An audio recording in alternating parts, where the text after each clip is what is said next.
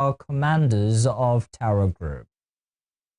Nigerian Bar Association sues Inspector General of Police over tinted glass permit policy, labeling move as illegal. Federal government mourns victims of tragic boat accident in Niger State. On the foreign scene, British Deputy Prime Minister Angela Rayner resigned after admitting tax error. Good evening, this is News at 7 on Western Spring Television. My name is Olufemi Alagbe. The Department of State Services DSS has filed terrorism charges against two senior commanders of Ansaru, a terror group reportedly linked to Al-Qaeda, over their alleged role in violent attacks across Nigeria.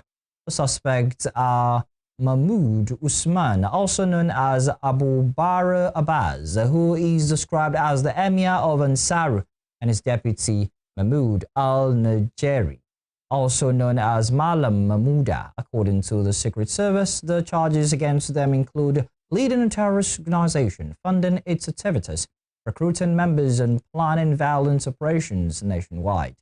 The two men are alleged to be behind the July 2022 deadly attack on the Kuje prison, where more than 600 inmates, including Boko Haram suspects, escaped. The arraignment of the suspects, according to the Department of State Service, is expected soon at the Federal High Court in Abuja. The arraignment comes 3 weeks after the National Security Advisor, Nuhu Ribadu, announced the arrest. The Sokoto State government has released 69.75 million naira and 210 bags of rice as relief support to families affected by recent bandit attacks in Okwara and Gwandambawa local government areas of the state.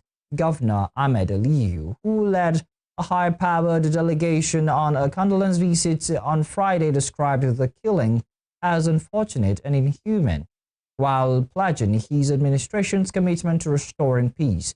According to the breakdown, each family of those killed will receive 2 million naira and 5 bags of rice, while each injured victims to get 250,000 naira and 3 bags of rice. In Okwara, 22 people were confirmed dead and 4 others injured, while in Gwandambawa, 11 people lost their lives and 11 sustained injuries. Aliyu also raised concerns about the role of informants within local communities, whom he described as being more dangerous than the bandits themselves. The Kogi State Police Command has arrested a 23-year-old woman at a lodge in Uguda village, Okene, after she was found to be in possession of illegal firearms. The command, in a statement on Friday, said its operatives attached to the Okene division during an intelligence-led raid operation arrested the suspect, identified as one Charity Williams.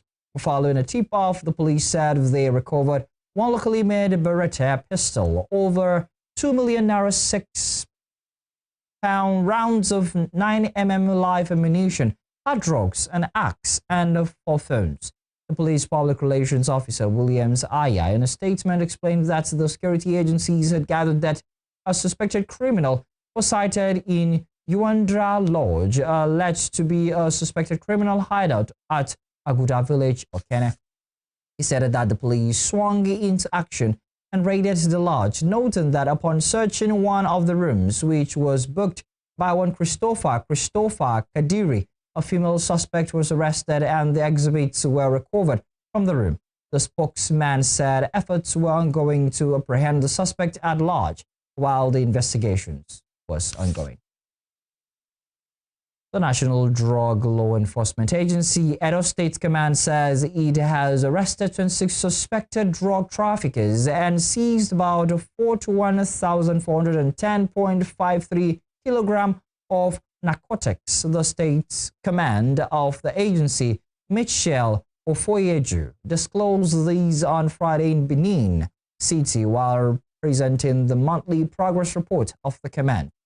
Ofoyeju noted that these developments underscore the NDLEA's dual strategy against drug trafficking and growing focus on prevention and rehabilitation. He said intensified operations led to the drug arrests, massive drug seizures, cannabis farm destruction, and renewed anti-drug abuse campaigns across the state in August.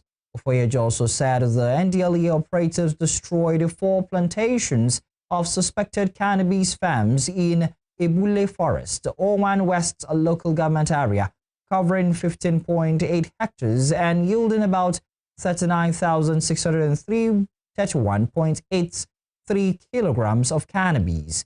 He further said a separate operation led to the recovery of 69 bags of skunks from a 3-bedroom bungalow in Uzeba, also in Oman West. The Economic and Financial Crimes Commission, EFCC, has declared Lagos-based businessman Olasijibomi Ogundele wanted over alleged diversion of funds and money laundering.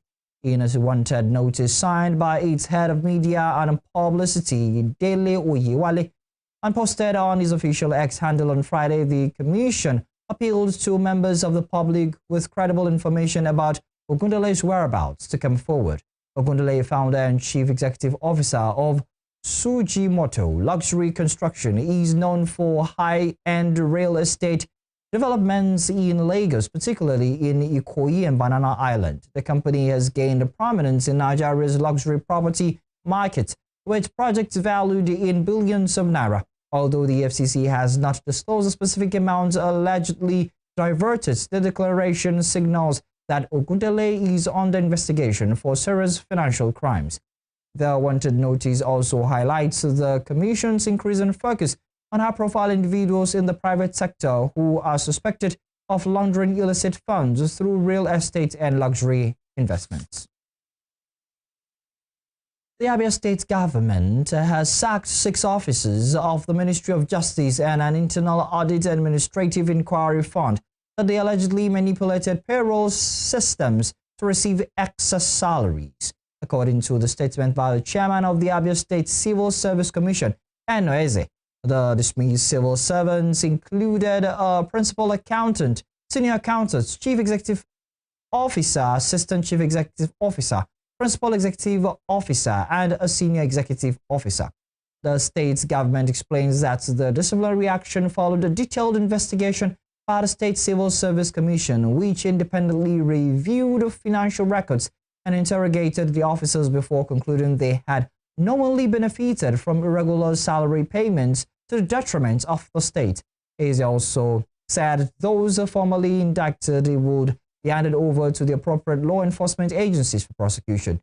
He said the dismissals demonstrated the administration's commitment to transparency and zero tolerance for corruption in public service. The government urged civil servants to report suspected irregularities through confidential channels. In the meantime, the Nigerian Railway Corporation has suspended train services along the Port Harcourt-Aba corridor, citing routine maintenance as the reason for the abrupt shutdown. The announcement came through a statement personally signed by NRC's Managing Director Kayode Okpaifa on Friday. According to the statement, operations on the route will remain suspended until September 9, 2025, after the completion of the maintenance.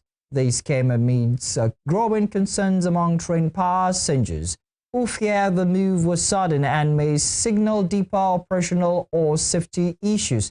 The Port Harcourt-Aba line is said to be a busy train route for traders and low-income travelers in and out of the southeast and south-south regions.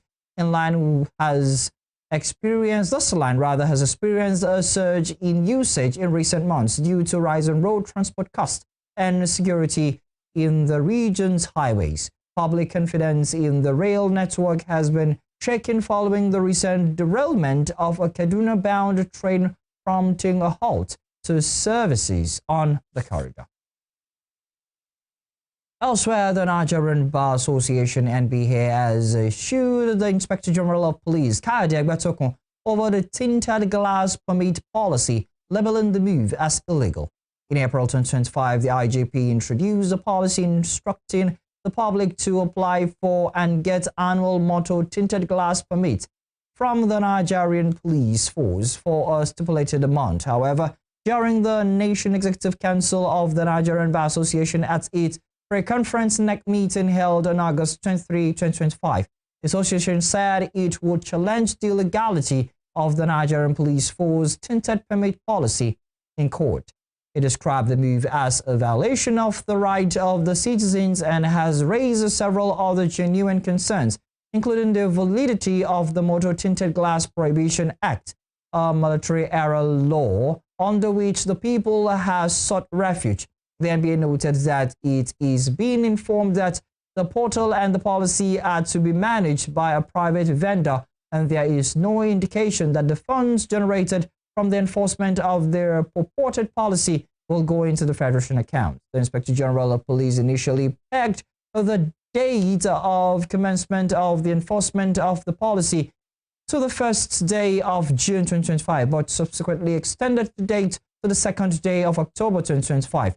The NBA added that despite the fact that the date of commencement of the enforcement of the purported policy has been extended to the second day of October 2025, there have been several reported cases of harassment and extortion of citizens by the policemen in checkpoints duty on the basis of the same policy, raising serious concerns of threats to and of violations of citizens' fundamental rights to dignity of human person.